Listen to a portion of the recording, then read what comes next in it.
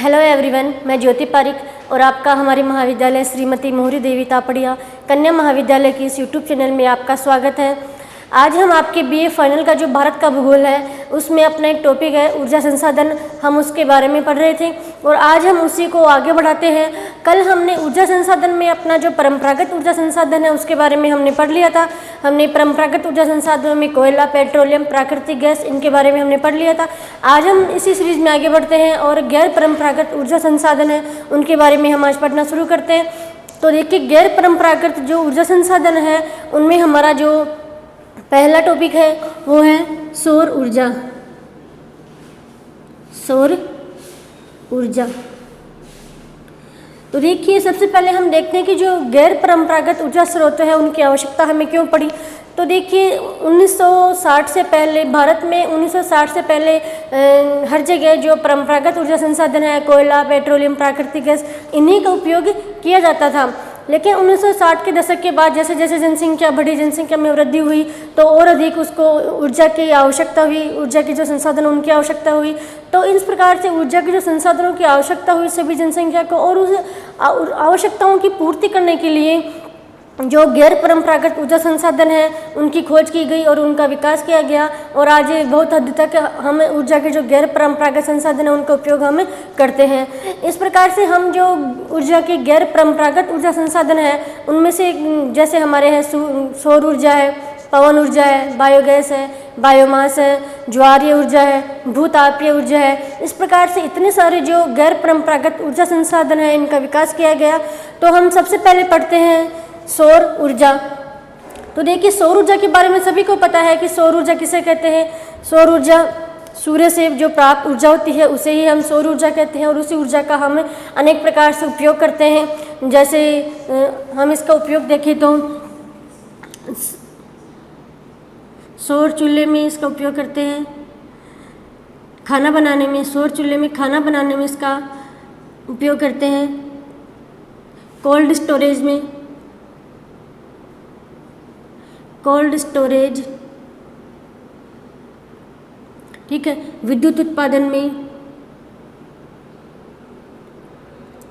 विद्युत उत्पादन में हम इसका उपयोग करते हैं। और समुद्र के जो खारा पानी है, खारे पानी की जो खारापन उसको कम करने में, खारा पानी के खारापन दूर करने में भी, खारापन कम करने में इसका उपयोग किया जाता है, ठीक है। इस प्रकार से जो सौर ऊर्जा है, सूर्य से प्राप्त होने वाली ये सौर ऊर्जा है उसका उपयोग हम कई प्रकार से कर सकते हैं। और हम इसके जो उत्पादन को की दृष्टि से देखें तो भारत में हम इसका उत्पादन देखिए केवल इसके जो पहाड़ी इलाके हैं, उत्तरी क्षेत्र है, उत्तरी क्षेत्र को छोड़ के जहाँ पर सूर्य की किरणें सीधी नहीं पड़ती है उन स्थानों को छोड़ के बाकी हर जगह भारत में हम इसका जो उत्पादन किया जाता है। जैसे मुख्य रूप से देखें तो हम कर्क रेखा का जो क्षेत्र है, राजस्थान है, गुजरात है, इन क्षेत्र में भी जो सौर ऊर्जा का उत्पादन किया जा सकता है। इसके अलावा अन्य क्षेत्र में भी सौर ऊर्जा का उत्पादन भारत में किया जा सकता है। तो हम देखते हैं कि सौर ऊर्जा का जो विश्व में जो सबसे बड़ी सौर वाष्प प्रणाली, सौर ऊर्जा की सबसे बड़ी वाष्प प्रणाली का विकास राजस्थान के माउंट आबू में किया गया था। संसार की सबसे बड़ी सौर प्रणाली, संसार की सबसे बड़ी सौर प्रणाली का विकास, सौर प्रणाली का विकास कहाँ किया? राजस्थान में। राजस्थान में किस स्थान पर? माउंट आबू में। माउंट आबू। तो देखिए, राजस्थान के माउंट आबू में संसार की जो सबसे बड़ी सौर प्रणाली है उसका विकास किया गया। इसके अलावा राजस्थान के जोधपुर में,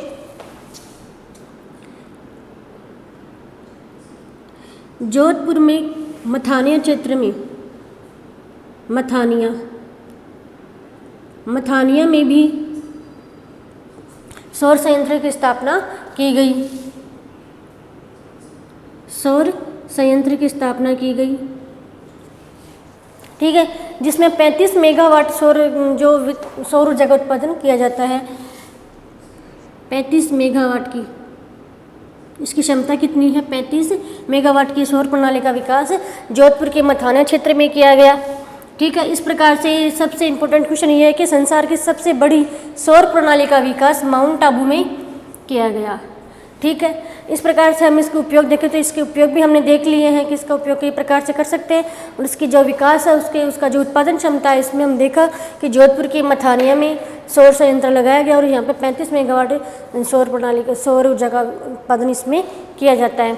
आगे हम देखते हैं ज्वारीय ऊर्जा।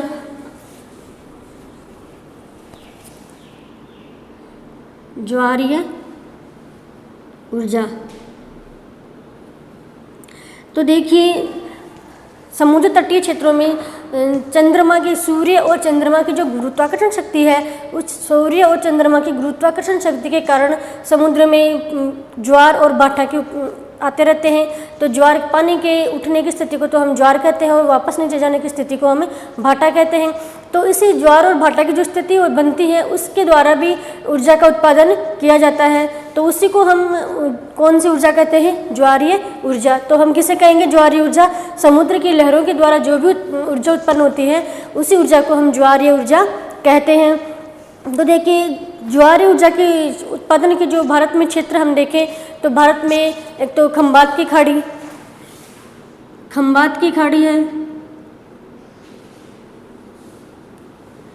खंबात की खाड़ी और कच्छ की खाड़ी,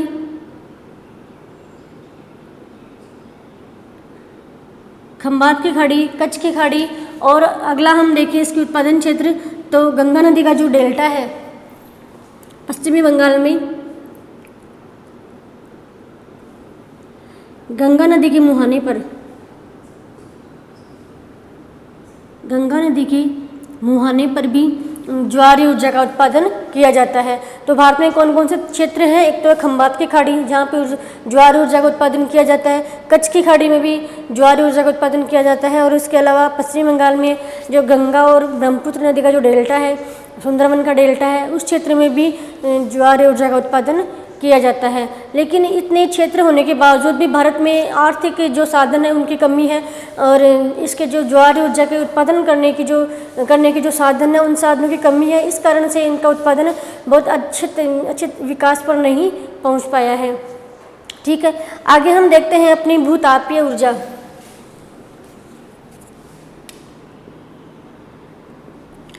भूतापीय ऊर्जा तो देखिए, भूतापीय ऊर्जा किसे कहते हैं? तो हम देखते हैं कि जो पृथ्वी के भूगर्भ में जो गर्मी है, पृथ्वी की भूगर्भ की जो गर्मी जल स्रोतों और फिर गर्म जल स्रोत या फिर जलाशय है उनके द्वारा गर्मी बाहर निकलती है, और उस गर्मी से ही जो ऊर्जा उत्पन्न की जाती है उसे ही हम भूतापीय ऊर्जा कहते हैं। ठीक है, तो हम देखते हैं कि भारत में भूतापीय ऊर्जा उत्पादन करने के जो क्षेत्र हैं उनको हम देखते हैं। तो कश्मीर में कश्मीर घाटी,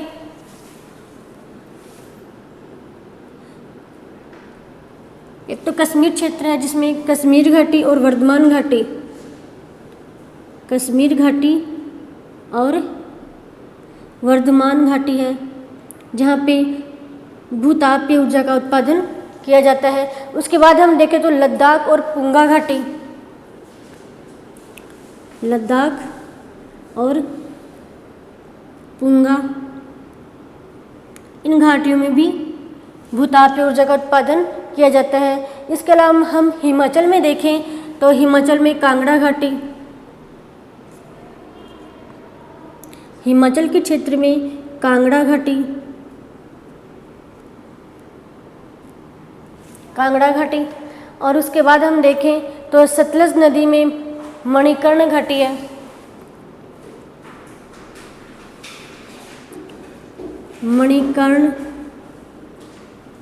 मणिकर्ण, और देहरादून, गंगोत्री, यमुनोत्री, देहरादून। ठीक है, इसके अलावा गंगोत्री, यमुनोत्री, इन सभी क्षेत्रों में भूतापीय ऊर्जा का उत्पादन भारत में किया जाता है। कौन कौन से क्षेत्र हैं? कश्मीर घाटी के, कश्मीर में तो कश्मीर घाटी और वर्धमान घाटी, फिर लद्दाख और पुंगा घाटी, हिमाचल प्रदेश में कांगड़ा घाटी है, और सतलज नदी जिसमें मणिकर्ण क्षेत्र है, और देहरादून में भी भूतापीय ऊर्जा का उत्पादन किया जाता है। इस प्रकार से भारत में हम देखें तो भारत में भी काफ़ी क्षेत्र है जहाँ पे भूतापीय ऊर्जा का उत्पादन किया जाता है। ठीक है, हमारी ये अगली हो गई भूतापीय ऊर्जा। उसके बाद हम देखते हैं पवन ऊर्जा।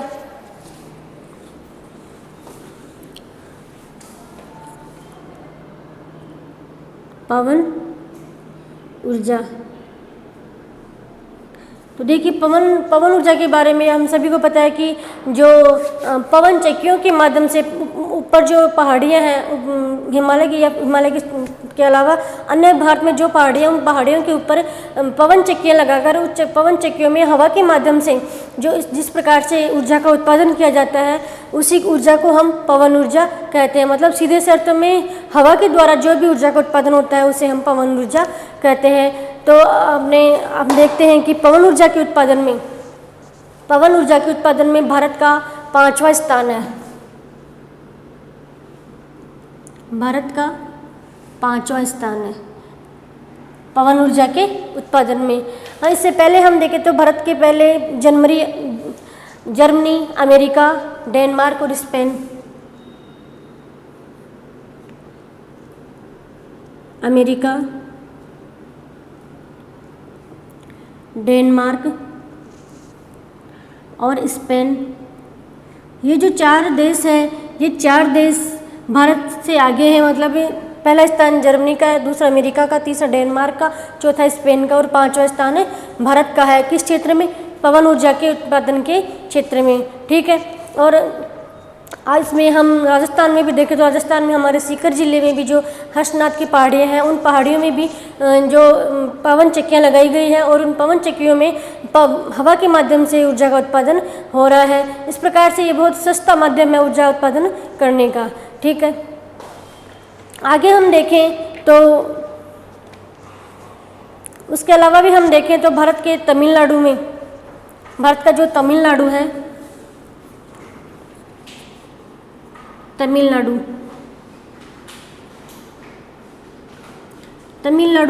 भारत में प्रथम स्थान रखता है। किसमें? ऊर्जा के उत्पादन में, पवन ऊर्जा के उत्पादन में। फिर तमिलनाडु के अलावा आगे हम देखें तो भारत के गुजरात,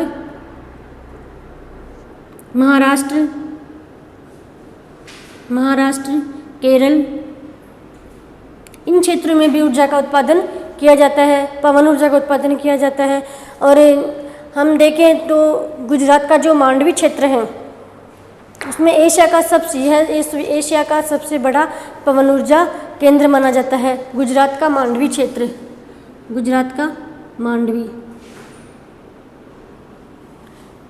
मांडवी क्षेत्र एशिया का सबसे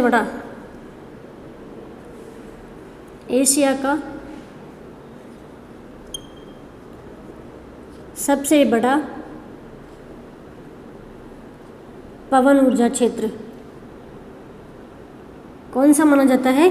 गुजरात का मांडवी क्षेत्र। ठीक है, इस प्रकार से हमने पवन ऊर्जा के बारे में देखा है। तो आगे हम देखते हैं अपनी जो बायोगैस है, अगला है बायोगैस।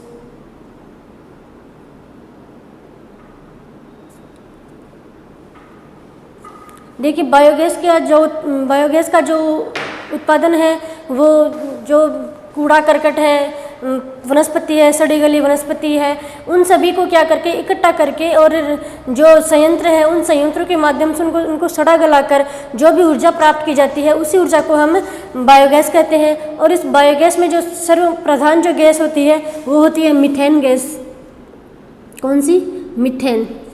ठीक है, इस प्रकार से कूड़ा जो करकट होता है, कूड़ा करकट से और कोई वनस्पति या फिर कोई गंदगी होती है उस सभी को भी हम उपयोग में ले सकते हैं और उनको संयंत्रों के माध्यम से सड़ा गलाकर भी ऊर्जा प्राप्त करते हैं, उसे ही हम बायोगैस कहते हैं। और बायोगैस का जो सबसे बड़ा संयंत्र है वो है भारत में बायोगैस प्रशिक्षण केंद्र है कोयम्बटूर में।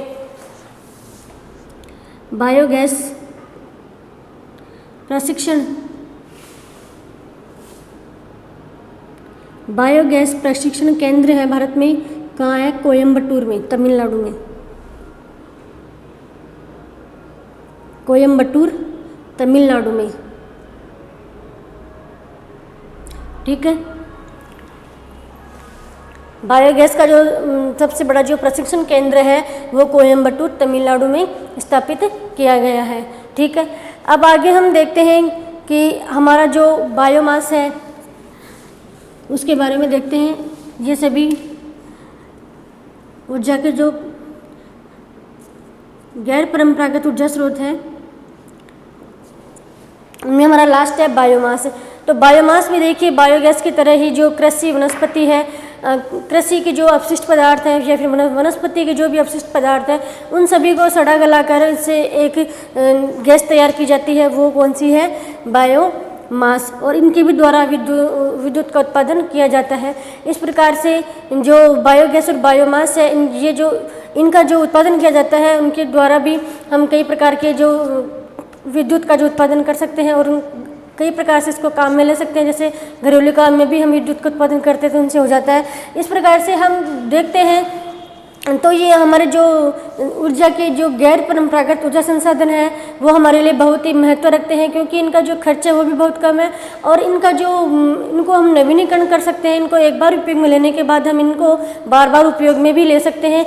ये जो सीमित संसाधन उनमें नहीं, ये असीमित संसाधन है, हम इनका कितनी बार हम इनका उपयोग कर सकते हैं। इस प्रकार से हमने आज अपना जो टॉपिक है ऊर्जा के संसाधन वो हमने कंप्लीट कर लिया है और आने वाले वीडियो में हम एक नए टॉपिक लेके आ रहे हैं। तब तक के लिए धन्यवाद।